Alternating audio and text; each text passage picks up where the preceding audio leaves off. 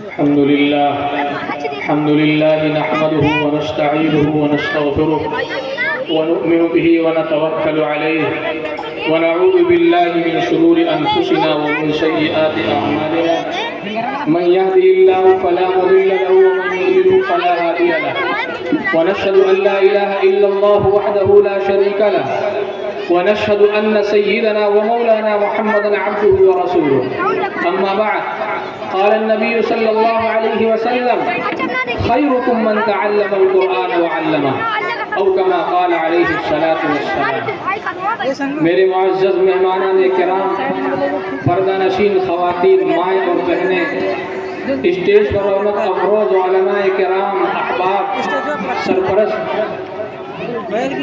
یہ آج کا پروقار جلسہ آپ حضرات کی حوصلہ افزائی، آپ کا یہاں آنا ہمارے لیے باعث صد افتخار و مسرت ہے۔ یہ آپ حضرات کے سامنے چند بچوں نے مدرسہ سیدنا ابی ابن کعب کی تھوڑی سی جھلک پیش کی ہے۔ مدرسہ سیدنا ابی ابن کعب صحابی رسول ابی ابن کعب رضی اللہ تعالیٰ عنہ کے نام سے موسوم ہے۔ یہ ایک صحابی ہیں، اللہ تعالیٰ نے اللہ کے رسول صلی اللہ علیہ وسلم کے پاس فرمان بھیجا کہ ابی ابن کعب کا قرآن سنیے اور ان کو سنائیے۔ تو ابی ابن کعب بہت خوش ہو گئے۔ حضرت عمر رضی اللہ تعالی عنہ نے ابی ابن کعب رضی اللہ تعالی عنہ کو امام بنایا کہ آپ قوم کی امامت کے لیے تراویح پڑھائیں۔ ابی ابن کعب بہت جید قرآن پڑھتے تھے، عمدہ قرآن پڑھتے تھے، تو ابی ابن کعب کی قرات بہت مشہور ہوئی۔ اسی قرات کی وجہ سے اس مدرسے کا نام ابی ابن کعب رکھا گیا کہ ابی ابن کعب میں عمدہ اور بہترین قرآن پڑھائے جانے کی کوشش جاری ہے اور جاری رہے گی۔ ابی ابن کعب اس نے اپنے 18 سال پورے کر لیے، مکمل کر لیے۔ یوں تو آپ کو ایسا لگے گا کہ آج ایک بچہ حافظ قرآن ہو گیا اور 2021 میں 2 بچے حافظ قرآن ہو گئے، 2023 میں 2 بچے حافظ قرآن ہو گئے، لیکن آج 18ویں سال مکمل کرنے کے بعد تقریباً 30 بچے حافظ قرآن ہو چکے۔ تو مدرسہ یا مکتب بظاہر آپ کو یہ معلوم ہوگا ایک چھوٹا سا جھوپڑا ہے، لیکن اس سے دین کے داعی، قرآن کے حفاظ، اللہ تعالیٰ کے محبوب نکلتے ہیں۔ اللہ نے ارشاد فرمایا اِنَّا نَحْنُ نَزَّلْنَا الذِّكْرَ وَإِنَّا لَهُ لَحَافِظُونَ۔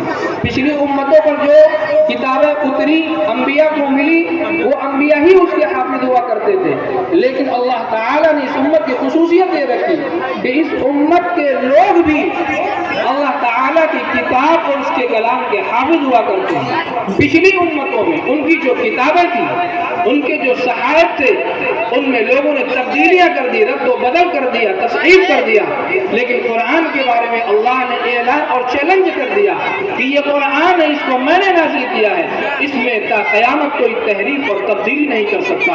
اِنَّا نَحْنُ نَزَّلْنَا الذِّكْرَ وَإِنَّا لَهُ لَحَافِظُونَ۔ ہم نے ہی قرآن کو اتارا ہے اور ہم ہی اس کی حفاظت کریں گے۔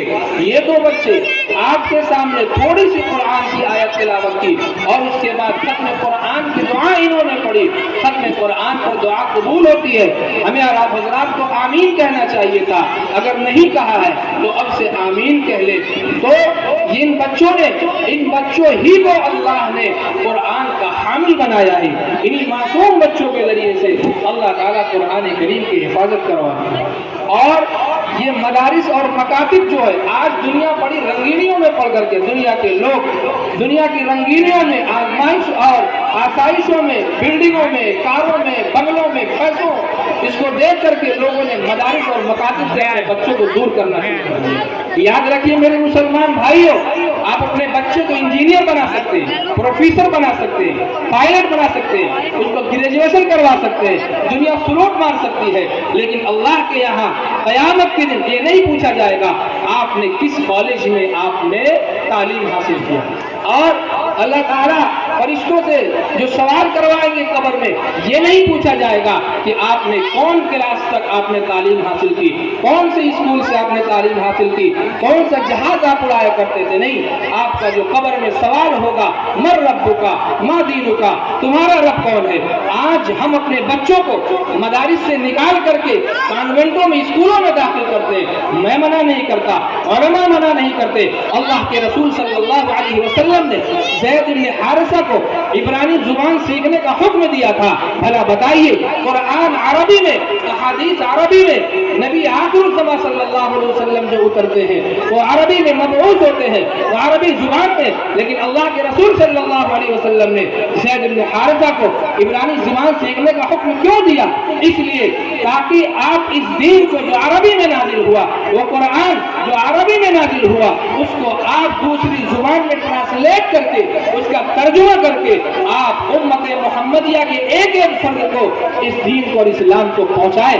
اس لیے نہیں کہ آپ انگریزی زبان سیکھ کر کے، ہندی زبان سیکھ کر کے، عبرانی زبان سیکھ کر کے، اردو زبان سیکھ کر کے، عربی زبان سیکھ کر کے آپ اس دین کا سودا کریں، اس دین کو بیچیں، اس دین سے پیسہ کمائیں، دنیا کی کوڑیاں کمائیں، دنیا کی بلڈنگیں سجائیں اور دنیا کی گاڑیاں لے کر کے ایسو مستی کریں۔ اس لیے اللہ کے رسول صلی اللہ علیہ وسلم نے نہیں بتایا تھا۔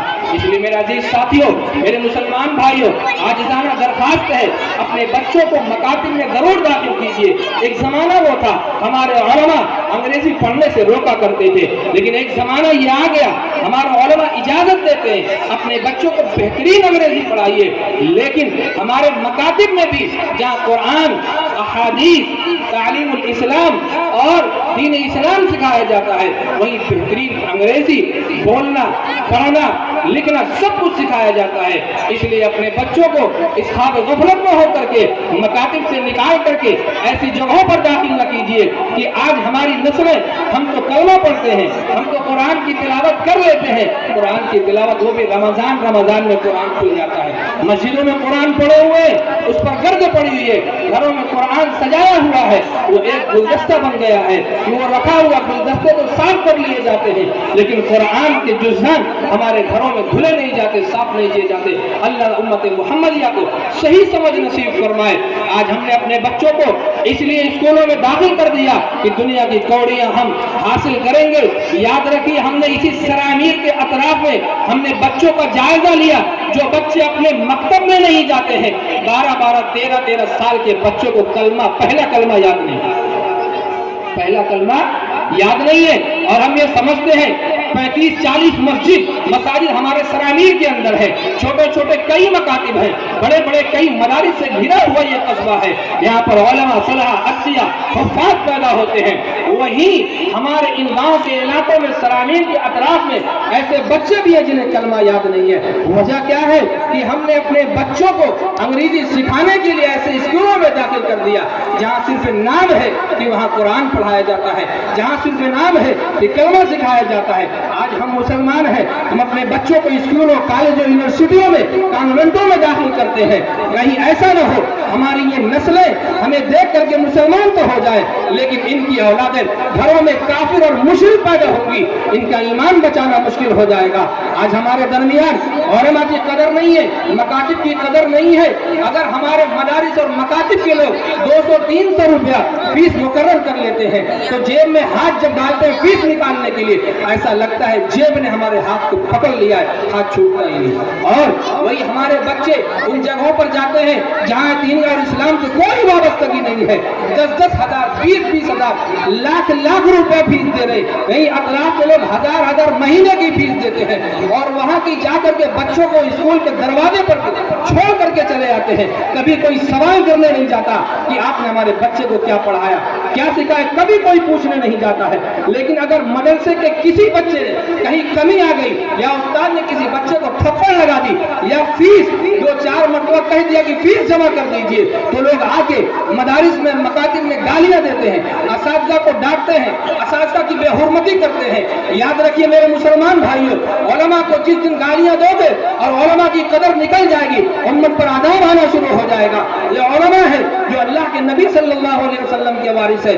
اللہ کے رسول صلی اللہ علیہ وسلم نے فرمایا انما العلماء ورثۃ الانبیاء وان الانبیاء لم یورثوا دینارا ولا درہما. تم کیا سمجھتے ہو یہ علماء کی جماعت ایسے ہی پھینکی پڑی ہے؟ یہ علماء پھٹے کپڑوں میں، پرانے کپڑوں میں 2 4 5 ہزار 10 ہزار کی تنخواہ میں اپنا خرچ لیتے ہیں، اپنا گھر بار چلاتے ہیں، اپنی عزتوں پر پردہ ڈال کر کے چلتے ہیں. ایک صاحب ہم سے کہنے لگے کہ مفتی صاحب چلیے 5,000 میں حفاظ اور علماء جو مدارس میں پڑھاتے ہیں ان کے پیسوں میں اللہ بہت برکت دیتا ہے، ان کا سب کچھ چلتا ہے. ہم نے کہا کہ انہی حافظ صاحب کی تنخواہ آپ پورے سال کی رکھ لیجئے، 1 مہینے کی آپ ہم کو دے دیجئے، پوری برکت آپ لے لیجئے. تب کچھ نہیں بولتے بھائی برکت ہے تو آپ رکھ لیجئے اور اپنی ہم کو دے دیجئے. یہ کہنے سے کام نہیں چلے گا. علماء کی قدر کیجئے. ایک صاحب آ کے کہنے لگے علماء اور حفاظ جتنا جھوٹا شخص ہم نے دنیا میں دیکھا نہیں. ہم نے کہا ٹھیک ہے، جب آپ کا انتقال ہونے لگے گا وصیت کر جانا، میرا جنازہ کوئی حافظ کوئی عالم کوئی مفتی نہیں پڑھائے گا، ایک کافر آدمی سے جنازہ پڑھوانا. میرے بھائیوں آج علماء کی قدر نہیں ہے. جہاں پر علماء نہیں ہے بے کفن اور بے غسل کے ہمارے مسلمان لوگ دفن کیے جا رہے ہیں. آپ یہ سمجھتے ہیں کہ علماء کے درمیان میں رہتے علماء کی قدر محسوس نہیں ہوتی ہے؟ پوچھو اس آدمی سے جس نے دنیا کبھی نہیں دیکھی. انسان ہے، ہاتھ ہے، پاؤں ہے، آدھا اور جوارے سب کچھ ہے.